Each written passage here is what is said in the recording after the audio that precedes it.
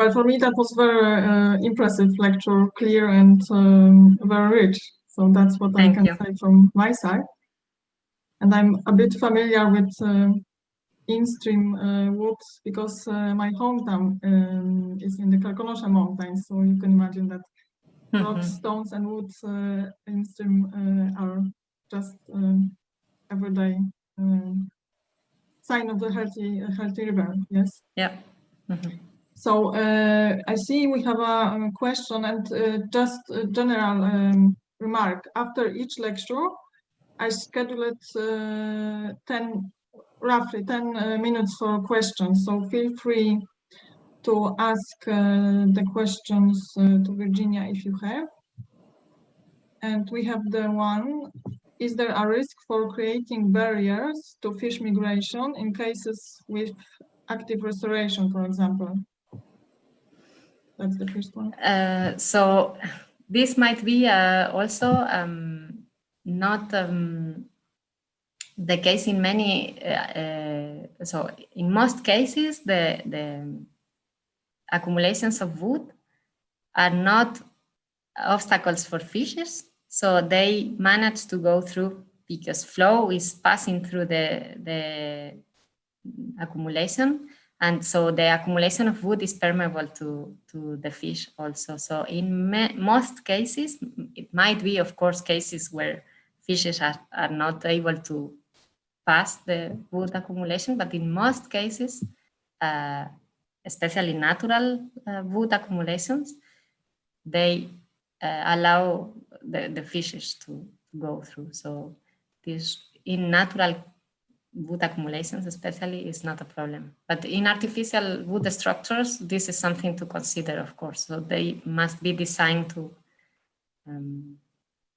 allow the fishes to pass, of course. As far as I understood you from the presentation, the in-stream wood also creates like this site fidelity. Yes, you mentioned it. So it's useful for fish habitats. Yeah. So they stick to places where they have good conditions. So no need to move anywhere else. Exactly. So the wood is creating the good conditions for the fishes. So they have lower flow velocities, so they can rest. They have the nutrients because it increases the organic matter retention, and then there are more macroinvertebrates. So they have also the sediment that is creating the conditions for spawning. So the fishes actually do not have a reason to move, but of course fishes, they need to move, and they move through the river upstream, downstream, and as I said, in most cases natural wood accumulations, they do not limit the movement of fishes. And actually the beginning of the wood in rivers research started just by the fish community in the US that realized that wood was actually a good alternative for restoring the fish population in rivers. So this was the first, one of the first uses of wood in river restorations. Do you have more questions, maybe in written way or in saying? Feel free, as long as we have Virginia here. And also afterwards, I mean, I'm happy to be contacted by email or if the participants want. So yes, I have a question, if I can. Mateusz Sobucki, very impressive lecture. Thank you very much. Very good presentation.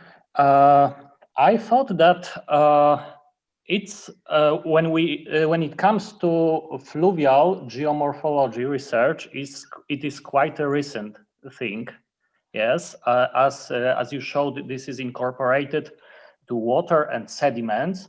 So I think there is many things there are many things to do in this area, as for sure checking different rivers may give many empirical data, which may be very useful to create some models.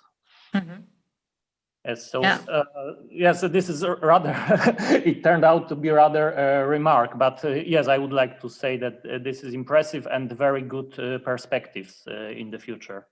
Thank you, and you are totally right. I mean, compared to flow and sediment research, the study of wood in rivers is relatively new, and is of course growing, and it has grown a lot in the last years, but we still have a lot of things to do. And what we, I think what is really important now is that we gather data so that we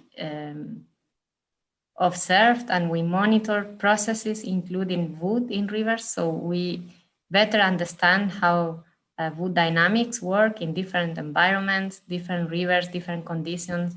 And so, yeah, this is the basis for development of models, of course, and is also the basis for river management. So we need this data to design proper strategies for flood and for flood risk, I mean, or for ecological aspects also. Yes, yes.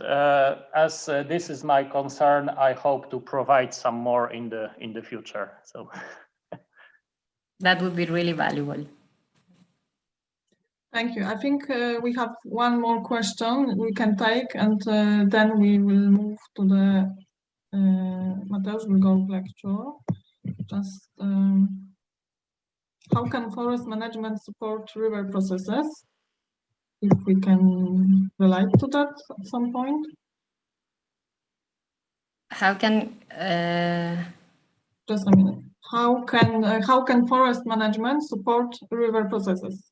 Forest management, yeah. This is also something that is still in a to-do list. So we should link also the forest management. And I think this will be the case if we have this holistic view and we do an integrative catchment scale management. So the riparian vegetation management is key in river dynamics. So we should, of course, integrate both the river and the riparian vegetation or the forest management. Yeah. Mateusz? yes. Yes, hello. Mateusz Wygoruk, if you are fine, I will ask one more question to Virginia, Yes, and of course. it will be your place. So Rachel Bates is asking, how easy, difficult do you find it to encourage councils and government bodies to carry out local or catchment restorations, especially when most people's perceptions is for clearer, straighter rivers, yes, to increase flow to prevent flooding? Yeah, this is a challenge because actually, yeah, this is the perception most people has about rivers. So, and it's a totally distorted perception. And I think the only way to change this is by creating initiatives like the River University. So just explaining the people how the river system works and how a natural river looks like. Then, if they understand this, I think they would change their minds, and then they would realize how important it is to sustain the natural processes. So I would say it is challenging, it is difficult, but it is not impossible, and we are doing that today. So this is the way to do that, I think. Thank you. That was the aim of River University. So let's hope we can all together contribute to this change. Yeah.